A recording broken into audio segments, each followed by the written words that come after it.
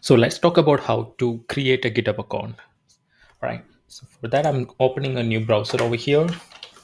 Just look for GitHub, and you will see your first link over here, which is basically like signing up for GitHub. If you already have a GitHub account, just ignore this process. You can just straight away jump into the second video. All right. So over here, you will be able to see a sign up option, and over here, just removing it, just type your email. So for example, I can type something like sanjay.payment3031 at the rate gmail.com, and I can put some a password over here and just provide your username. The username is something like this over here. If you go to my profile over here, sorry.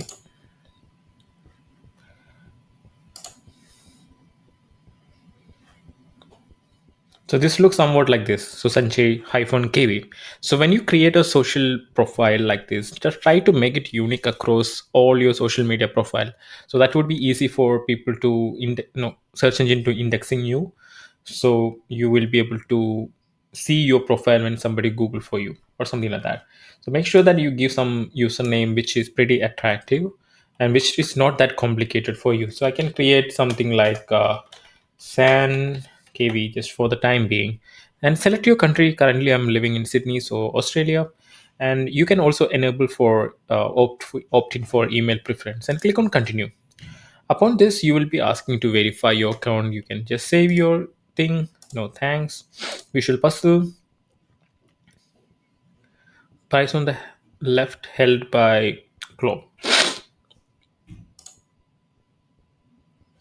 Find the image that has a price on the left held by the claw in the machine on the right.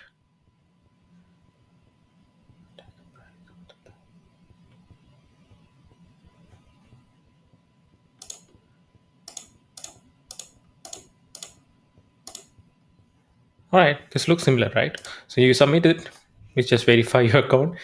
All right, I don't know why I took some time for that, and it gives you an email ID, a code to your email ID. So let me pull that code on my email. Just give me a minute.